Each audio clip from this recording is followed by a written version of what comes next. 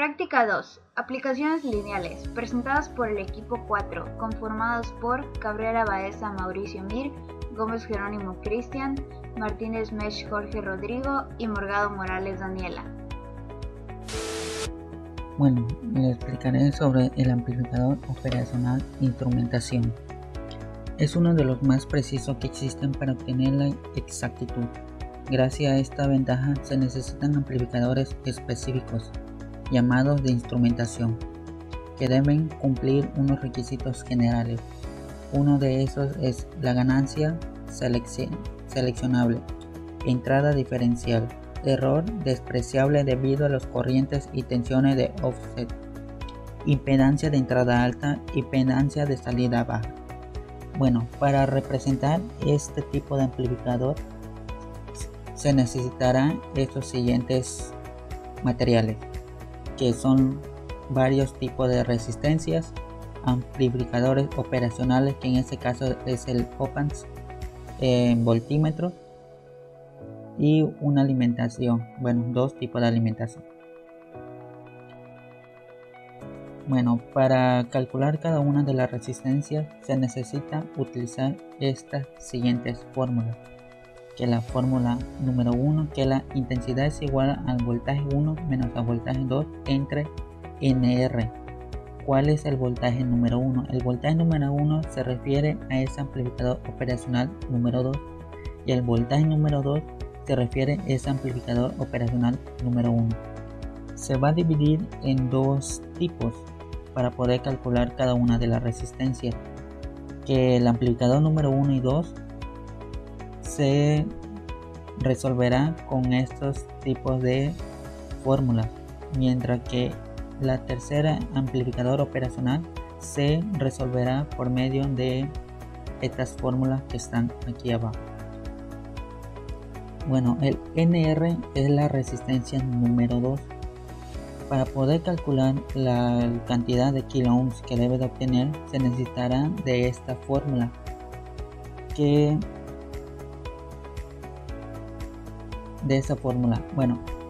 sabiendo que NR es igual a N por la resistencia, primero hay que calcular cuál es el valor de N.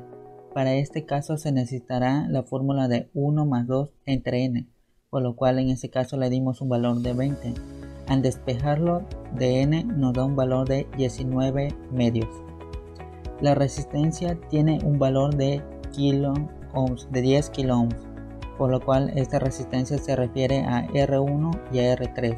A esta resistencia se debe de tener el mismo tipo de valor.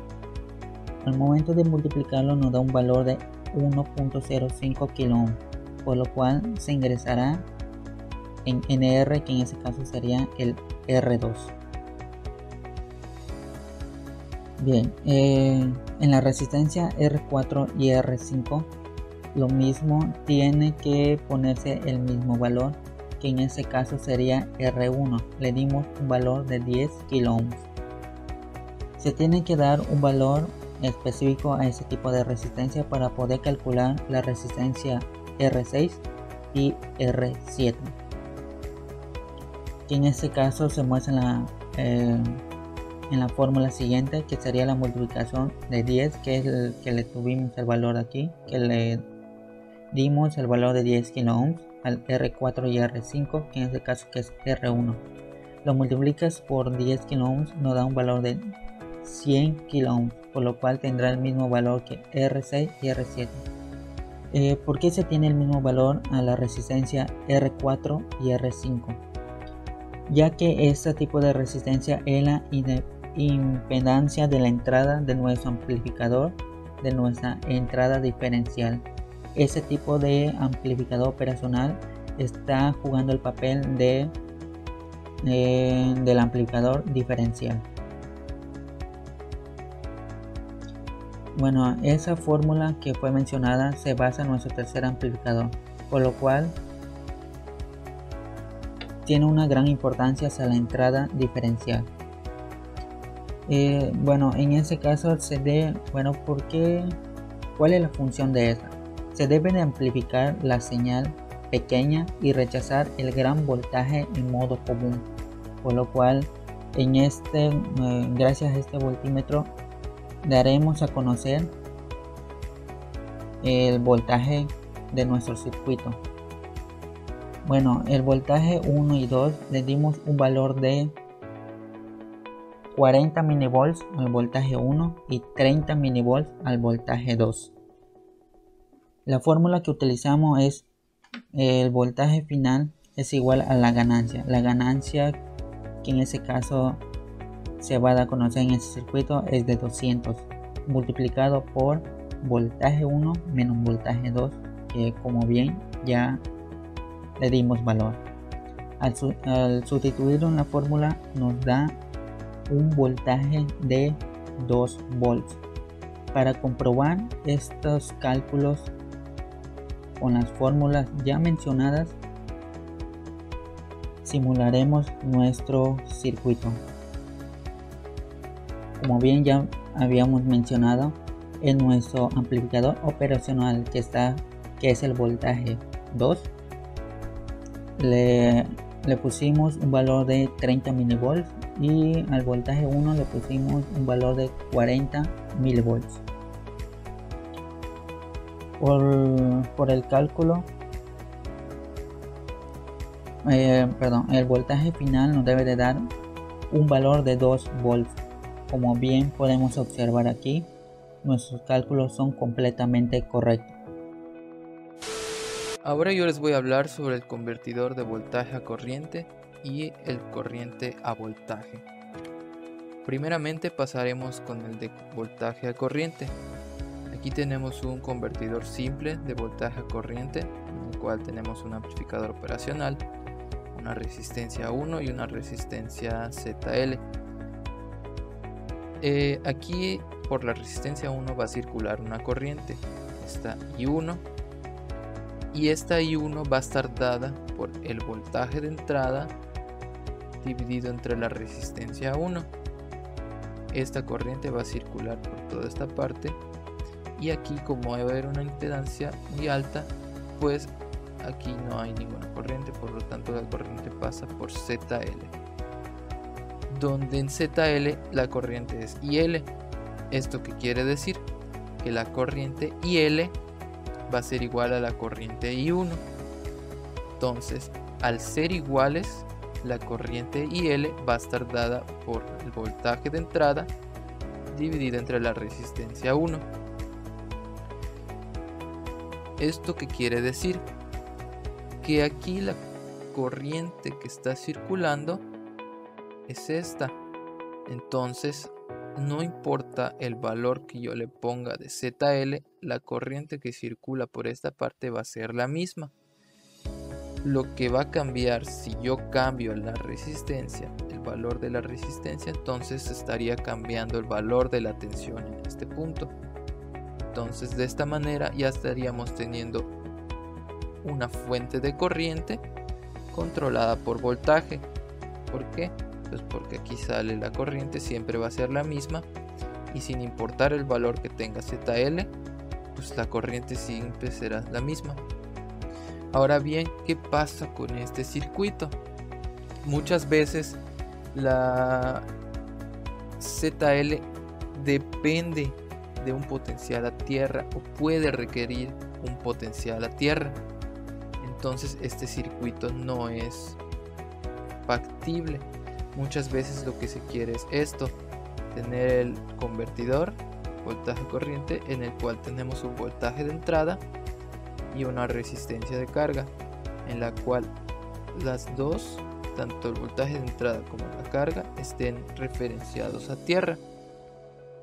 Entonces, ¿qué se hace en esos casos? Pues tenemos un convertidor diferente. En este caso, un convertidor con cargas a tierra. Siempre va a ser voltaje a corriente. Entonces, en este convertidor, pues como podemos observar, la resistencia de carga ya está con un potencial a tierra y el voltaje de entrada también. Este circuito está dado por la intensidad IL, que va a ser igual al voltaje de entrada multiplicado por la RF dividido entre R1 por la R3. Pero para que esta ecuación se cumpla, se tiene que cumplir esta igualdad, en la que dice que R3 dividida entre R2 es igual a RF dividido entre R1. Si eso se cumple, entonces tenemos al final esta ecuación de IL, en el cual IL va a estar dado por el voltaje de entrada dividido entre la resistencia 1, como teníamos en el circuito anterior. Ahora, ¿qué pasa? Que en este circuito la resistencia 1 y R2 normalmente tienen que ser lo suficientemente grandes para reducir al mínimo la corriente que circula a través de ellos. Es decir, que tienen que ser lo suficiente grandes para que circule corriente pequeña a través de ellos. Mientras que en RF y R3 tienen que ser lo suficientemente pequeñas para que se reduzca al mínimo las caídas de tensión. Ahora bien, ya que tenemos en cuenta el funcionamiento del convertidor, pues procedemos a realizar la simulación. En este caso utilizamos un amplificador 741, dos resistencias de 10 kilos y dos resistencias de 1 kilo. Utilizamos un amperímetro, un voltímetro, una fuente y un osciloscopio. Ahora bien, si recordamos anteriormente, la resistencia 1 y resistencia 2 tenían que ser lo suficientemente grandes para que circulen corrientes pequeñas a través de ellos. Entonces utilizamos valores de 10 kilos. Mientras que en la resistencia RF y la resistencia R3 tenían que ser valores lo suficientemente pequeños para reducir al mínimo las caídas de tensión. Entonces, de antemano podemos observar que la igualdad que necesitábamos de R3 entre R2, que sea igual a la RF entre R1, se cumple. ¿Por qué? Porque 1 kilo ohm entre 10 kilo ohms pues es igual a 1 kilo ohm entre 10 kilo ohms. De esta forma podemos hacer uso de la ecuación donde la corriente de salida es igual al voltaje de la entrada dividido entre la resistencia 1, y de esta manera podríamos observar la corriente que sale. Ahora bien, procedemos a simular. Ahora bien, podemos observar cómo el voltaje de la entrada es de 3.54 volts. Entonces, ya que vimos que se cumplió la igualdad y podemos usar la ecuación, pues podemos hacer la división de 3.54 volts dividido entre los 10 kilo ohms de la resistencia 1. Esto, al resolverlo, nos queda un valor de 0.35 mA, como podemos observar a la salida. Ahora bien, ¿qué pasa si yo cambio el valor de la resistencia de carga? Ponemos un valor de 1000 y simulamos, pues el valor de la salida de la corriente siempre va a ser de 0.35 mA. Es decir, que como en el circuito básico, sin importar el valor de la resistencia de carga, la corriente siempre va a ser la misma. Ahora bien, al yo estar modificando el valor de la resistencia de carga, estoy modificando la tensión que circula aquí en esta resistencia, y eso lo podemos observar mediante el osciloscopio. La señal amarilla es la señal de entrada de la fuente, la señal azul es la salida del osciloscopio y la señal roja es la que está conectada a la resistencia de carga. Entonces podemos ver cómo la resistencia de carga tiene una ligera oscilación. Si cambiamos los valores, se ve cómo tiene una oscilación. Ahora bien, si yo regreso la resistencia de carga al valor que tenía anteriormente y volvemos a hacer la simulación, podemos observar que el voltaje de salida, la señal de salida, prácticamente ya es nula. De esta forma es como funciona la resistencia R3 y la resistencia RF, porque pues reducen al mínimo la caída de tensión. Ahora pasamos al convertidor de corriente a voltaje. Como podemos observar, aquí tenemos el circuito equivalente para hacer el convertidor. Si nos damos cuenta, nos podemos fijar que aquí en la entrada inversora ya no se encuentra conectada una resistencia, y esto es debido a que ahora usamos una fuente de corriente. Sin embargo, no precisamente es una fuente de corriente, sino que también puede ser cualquier equipo que ya me suministre una corriente deseada. Entonces, si al ser cualquier equipo que ya me suministra una corriente y lo conecto aquí a este amplificador con la resistencia, pues esta resistencia ya me estaría modificando el valor de la corriente del equipo. Es por eso que en este convertidor ya no se pone una resistencia. Entonces, la corriente que es suministrada va a circular por RF, donde aquí va a estar circulando IF. Y si hacemos la igualación, IF va a ser igual a IS.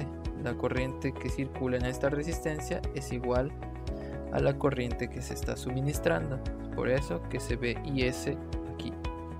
Entonces, al ser iguales, podemos deducir que la corriente de salida va a estar dividida entre la resistencia RF.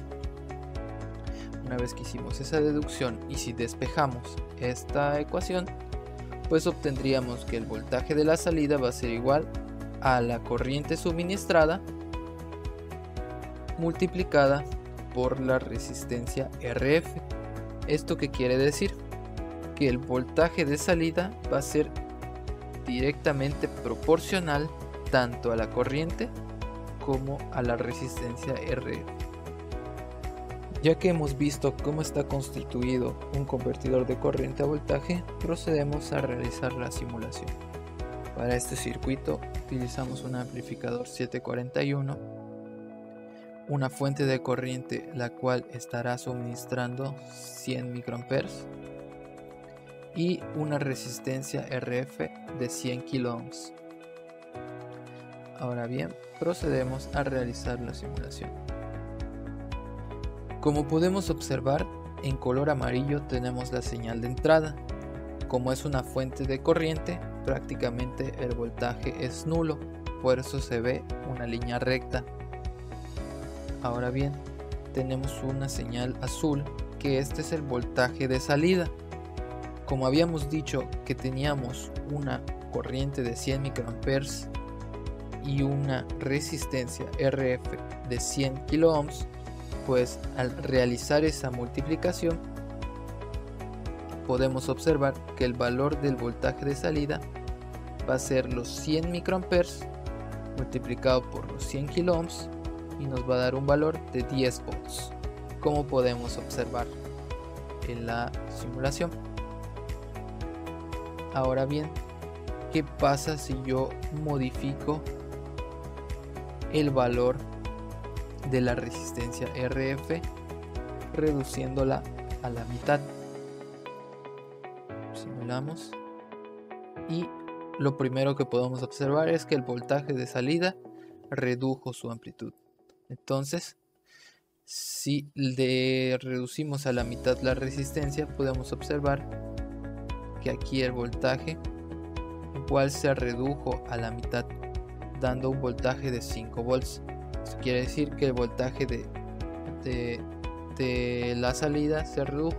¿Por qué? Porque si multiplicamos la corriente de 100 microamperes por los 50 kiloohms, nos va a dar los 5 volts. Con esto podemos confirmar que el voltaje de salida es directamente proporcional a la resistencia RF. Ahora, si regresamos el valor de la resistencia a los 100 kilos y modificamos el valor de las fuentes a la mitad igual, simulamos, podemos observar que tenemos la misma señal con 5 volts aquí. Tenemos 5 volts a la salida. ¿Esto qué quiere decir? Que si yo modifico la señal de la corriente y dejo el mismo valor de la resistencia de 100 kiloohms, pues yo multiplico 50 microamperes por los 100 kiloohms, pues voy a tener un voltaje de salida de 5 volts. Con esto igual podemos confirmar que el voltaje de salida es directamente proporcional a la señal de entrada de la corriente, y de esta manera verificamos el funcionamiento del convertidor de corriente a voltaje. Ok, yo hablaré de lo que es el convertidor de voltaje a frecuencia. La función de un conversor de voltaje a frecuencia es la de convertir una señal analógica a una serie de pulsos. La principal aplicación de este dispositivo es la implementación de una manera muy sencilla de una conversión analógica a digital. La razón para realizar este tipo de conversión es que es mucho más fácil transmitir y decodificar con precisión una serie de pulsos que una señal analógica, sobre todo si la distancia a la que se debe transmitir la señal es larga y ruidosa. A continuación estamos viendo lo que es el circuito convertidor de voltaje a frecuencia. En este utilizamos lo que son dos amplificadores operacionales, el 741. Utilizamos transistores, diodos, resistencias y una resistencia variable.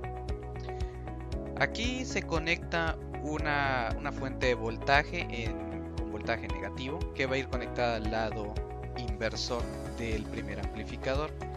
La salida de este va a ir conectada al lado no inversor del segundo amplificador. Ahora bien, pasando a lo que es la simulación, tenemos aquí un osciloscopio que nos está mostrando cómo se está comportando esta señal. Aquí, al estar pasando 1 volt, lo que estamos apreciando en el osciloscopio es como la frecuencia es de 95.8 Hz.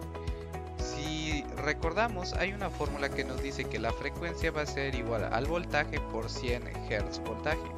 Si tenemos 1 volt por 100 Hz, tenemos que en teoría deben salir 100 Hz.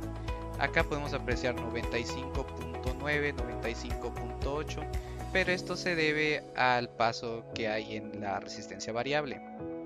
Al mover la resistencia variable podemos ver cómo la frecuencia pasa de esos 95 a unos 180. Aquí estamos moviendo lo que es la resistencia que va de 0 a 10 kiloohms. Así que si subimos la resistencia a un 10%, podemos ver cómo se acerca un poco más al resultado de esto.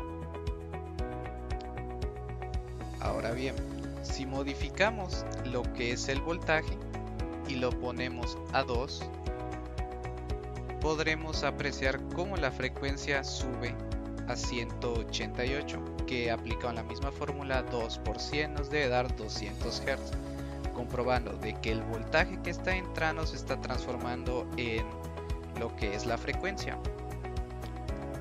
Ahora, para un ejemplo más, podemos mostrar lo que pasa si ponemos menos 5 volts, la cual debe hacer que la frecuencia aumente todavía más. Ahora es de 455 Hz, que si vemos otra vez la fórmula, 5 por 100 Hz nos debe dar 500 Hz. Si subimos lo que es la tolerancia de la resistencia variable, podemos ver que va disminuyendo, ya que estamos aumentando su resistencia.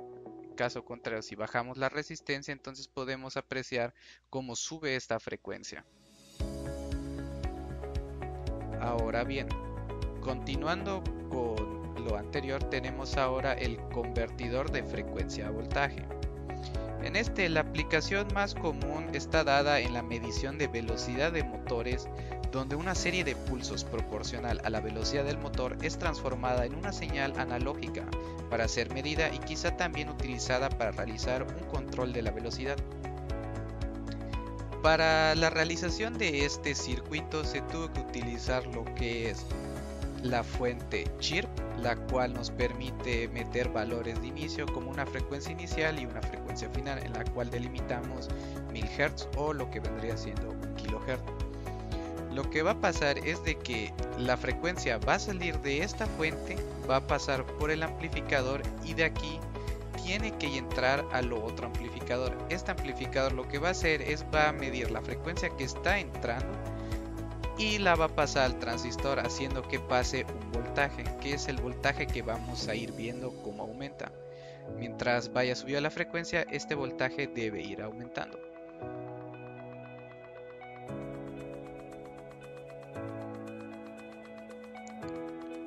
Aquí podemos apreciar cómo la frecuencia va subiendo desde 0 hasta tiene que llegar a los 1000 Hz o el kilohertz, y podemos apreciar cómo el voltaje va subiendo conforme va subiendo lo que viene siendo la frecuencia.